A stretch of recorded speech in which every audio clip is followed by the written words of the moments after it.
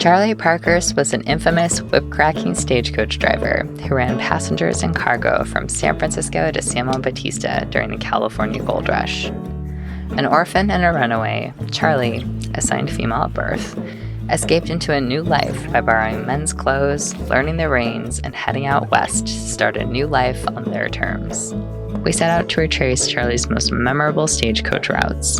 The route took us from San Juan Bautista to Aptos, over Mount Madonna from the stables where Charley worked and slept, along the route over the mountains to the cabins and stage stops where Charley lived, farmed, and logged during their final years. How many miles do we have to do today? 30? 29. We're going to go over to Highway 101. Okay. And sort of parallel that on some frontage roads. It's pretty close to where the stage route used to go. We're gonna have some water crossings, and then we're gonna head up to Mount Madonna, and then up Redwood Retreat. I use they, them pronouns for Charley because the language we use today around trans and non-binary identities didn't exist back then.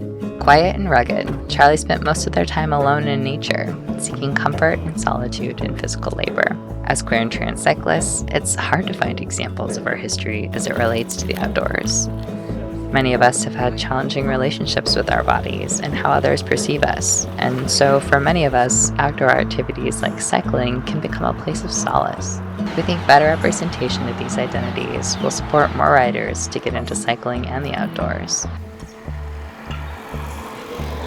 I noticed that there was definitely like some emotional stuff coming up in me of just feeling the sadness of like, was he really like actually not an extroverted person? Is that actually who they were? Or was that like out of safety that they had to be that way just to kind of survive and get by? And so I think that there definitely was like sadness around that, and also like, wow, what a gender warrior of their time to be able to do that. And it's cute. So this is my target to go below the building. You, Edward's here.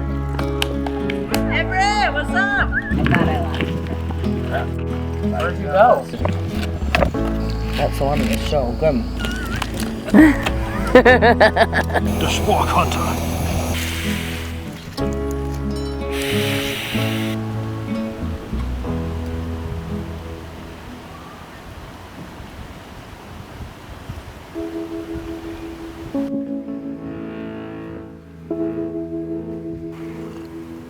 Good morning.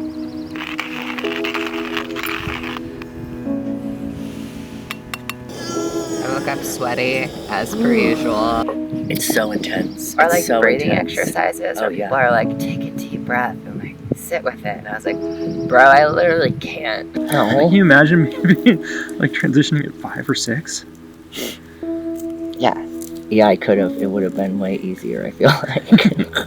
Yeah, I feel like that's a whole different type of parenting. Our age group, so many parents see it as something where like it first affects them and then they have to figure out how to show up for their kids, as opposed to like showing up for their kids and then like dealing with their own shit and feelings later. It's just a different type of parenting. People are like, okay, I see you, I hear you, you're my kiddo, I believe you, and this isn't about me, it's about you.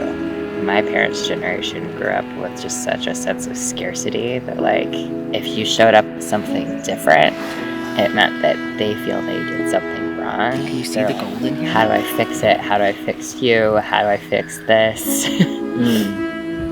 I'm like, nothing needs to be fixed. There's nothing broken. There's nothing broken.